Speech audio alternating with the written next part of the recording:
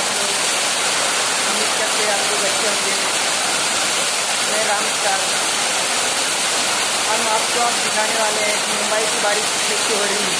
क्योंकि बहुत स्पीड से की बारिश चालू हो गई हमारे यहाँ, इसलिए हम काम से आ चुके हैं और आपको दिखाते हैं कि बारिश बहुत तेज़ हो रही है।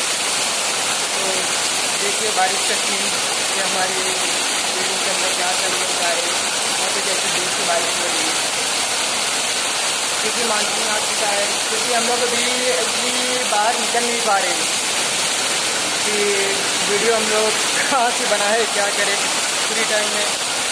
तो बारिश का नज़ारा कुछ ऐसा रहा हमारे यहाँ, और अभी हम बाहर जाके कुछ वीडियो बना नहीं पा रहे हैं।